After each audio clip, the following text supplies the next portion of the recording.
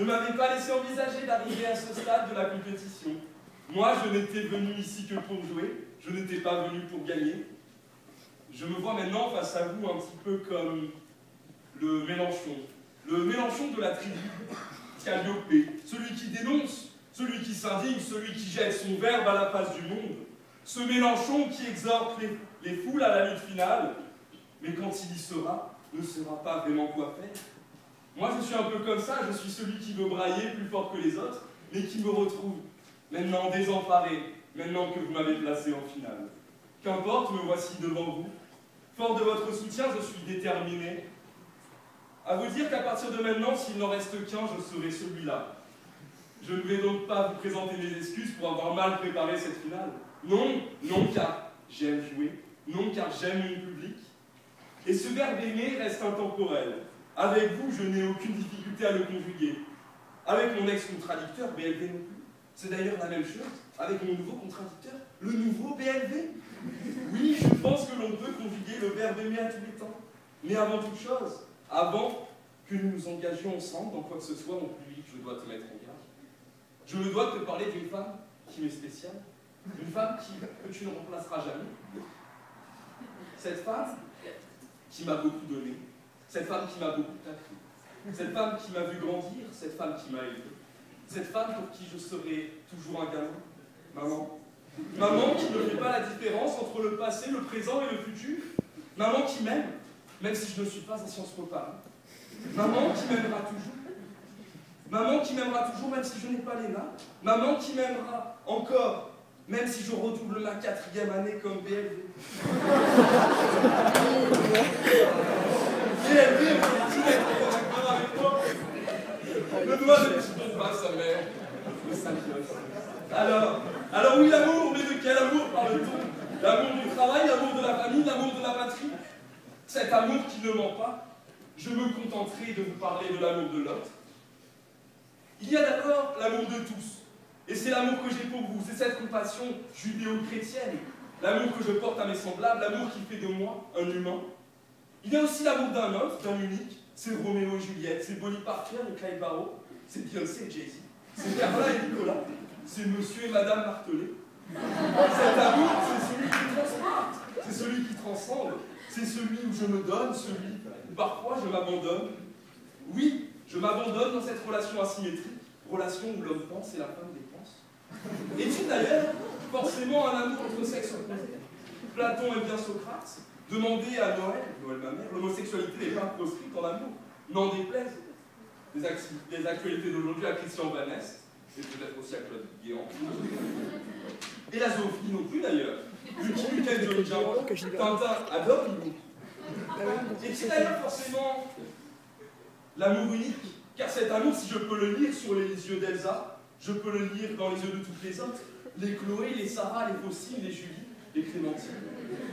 Oui, nous pouvons le conjuguer à deux, cet amour, mais pourquoi? Pourquoi dresser des murs? Pourquoi tracer sans arrêt des frontières? Pourquoi inventer des portes de prison pour enfermer le sentiment le plus libre, l'amour? Mobilisons-nous ensemble contre ce fléau de la pensée unique. Montrons comment nous pouvons le conjuguer à deux, à trois, à plus encore. Écoutez donc, mes amis, Grégoire, ce philosophe du XXIe siècle, qui nous dit « Toi plus moi, plus tous ceux qui le veulent, plus tous ceux qui sont seuls. » Ou peut-être, mais je vous parle de l'amour pour soi-même. L'amour pour soi-même, c'est BHL qui s'endort en pensant à comment il a libéré ce brave peuple libyen. Vous savez, ce peuple libyen, ce peuple opprimé.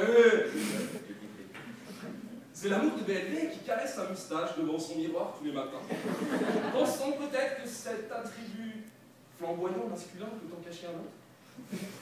Serait-ce aussi l'amour que je me porte, l'amour qui m'a poussé à m'inscrire dans cette compétition? Tout cela parce que j'aime beaucoup. Oui, j'aime beaucoup vous voir m'écouter parler. Tous ces amours défient le temps. Je ne leur donne pas de passé, je ne leur donne pas de présent, je ne leur donne pas d'avenir, je me contente de les vivre.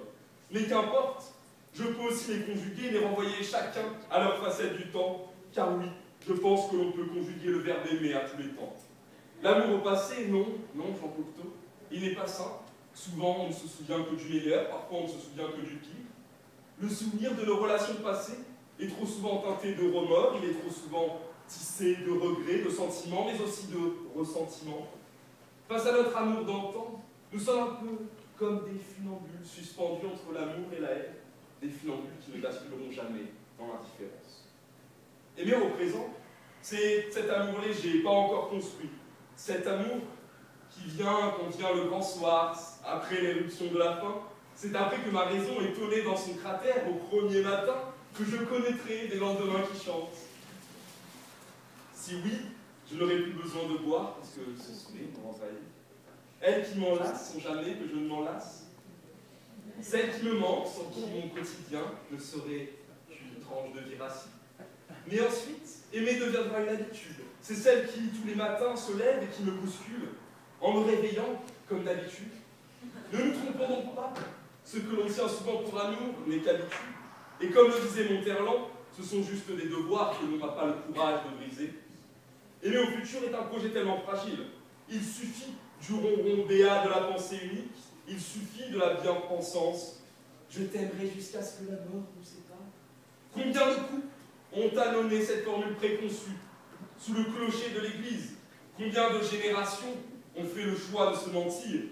L'amour, c'est cette passion dont on ne sait pas si elle passera l'été. L'amour est assujetti aux aléas du temps, car le futur, c'est aussi ce cri dans la nuit. Ne me quitte pas. Mais rassurons-nous, on ne sait jamais ce qui arrive. Parfois, quelqu'un qui m'a dit que tu m'aimais encore, on ne sait jamais. Oui, on sème et on récolte. Mais si certains disent que la terre, elle, ne ment pas, jamais le paysan, jamais l'agriculteur ne sait si sa récolte sera bonne la saison prochaine. Il ne sait pas quel ouragan, il ne sait pas quel tsunami viendront troubler le bon cours des choses. Et c'est pareil avec l'amour. La peur du lendemain, c'est elle qui donne sa force à la passion. C'est aussi l'ambivalence des conflits qui défont le couple, mais aussi qui le nourrissent. Comme nous le dit Georges Marchais, cet autre grand philosophe de l'amour, au temps du programme commun, l'union est un combat. C'est le combat qui stimule cet échange fécond, cette construction solide, ce moi conjugal, car oui, Jean Cocteau, le moi est conjugal, l'amour se conjugue et en couleur, il se conjugue à tous les temps, par tous les temps, qu'il pleut, qu'il vente, qu'il neige, mais il se conjugue surtout au temps des cerises. Et oui, n'oubliez jamais qu'aimer, c'est être humain. Il est dangereux de ne pas s'aimer, c'est nous castrer, c'est faire de nous des animaux.